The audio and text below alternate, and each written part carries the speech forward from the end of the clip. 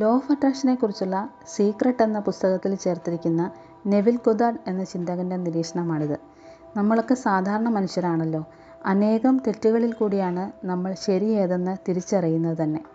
ഇന്നലകളിൽ നമ്മൾ പണം അനാവശ്യമായി ചെലവഴിച്ചിട്ടുണ്ടാവാം. അതുകൊണ്ട് ഇപ്പോൾ നമ്മൾ സാമ്പത്തികമായി പലതരം ബുദ്ധിമുട്ടുകളിൽ കൂടിയാവാം കടന്നു പോകുന്നത്. ഈഗോ കാരണം ചില ബന്ധങ്ങൾ, സൗഹൃദങ്ങൾ ഇതൊക്കെ നഷ്ടപ്പെടുത്തിയിട്ടുണ്ടാവാം. നന്നായി പഠിക്കാത്തതുകൊണ്ട് മാർക്കുകൾ നഷ്ടപ്പെടുത്തിയിരിക്കാം. കിട്ടാൻ സാധ്യതയുണ്ടായിരുന്ന മികച്ചൊരു കരിയർ അതിനാൽ പോയിരിക്കാം. ജോലിയിൽ അലസത കൊണ്ട് നേടാൻ കഴിയുമായിരുന്ന പലതും നമ്മൾ നഷ്ടപ്പെടുത്തിയിരിക്കാം. നമ്മുടെ ഉള്ളിൽ ഉറങ്ങിക്കിടന്ന കഴിവുകൾ നമ്മൾ കണ്ടില്ലെന്ന് നടിച്ചിരിക്കാം. എന്തു തന്നെ ആയാലും അത്തരം ഓർമ്മകൾ, അതേക്കുറിച്ചുള്ള ചിന്തകൾ നമ്മളെ വീണ്ടും വീണ്ടും ദുഷിപ്പിക്കും. കഴിഞ്ഞത് കഴിഞ്ഞു. ഇനി എന്ത് ചെയ്യാൻ കഴിയും എന്നതിലായിരിക്കണം നമ്മളുടെ ശ്രദ്ധ.